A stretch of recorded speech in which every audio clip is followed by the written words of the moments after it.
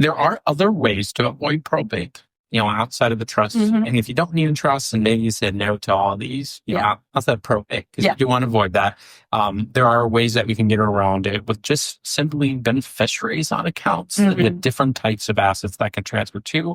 We mentioned real estate. In Michigan, there's the Lady Bird deed. Yep. That's something that is essentially a beneficiary on your house and help it trust through.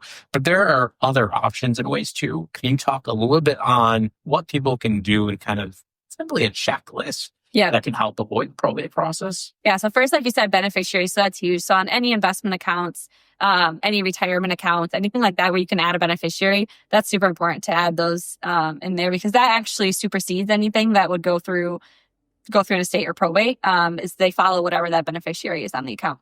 So you want to make sure beneficiary is up to date, and then any bank accounts, if you, most people have bank accounts, but you can add a transfer on death to those accounts. And a transfer on death is essentially a beneficiary for a bank account.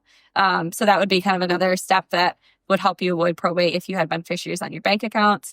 And then third, like you said, making sure that you have a deed on your house that then like you said, is a beneficiary for the house is kind of a third piece of the checklist, I think.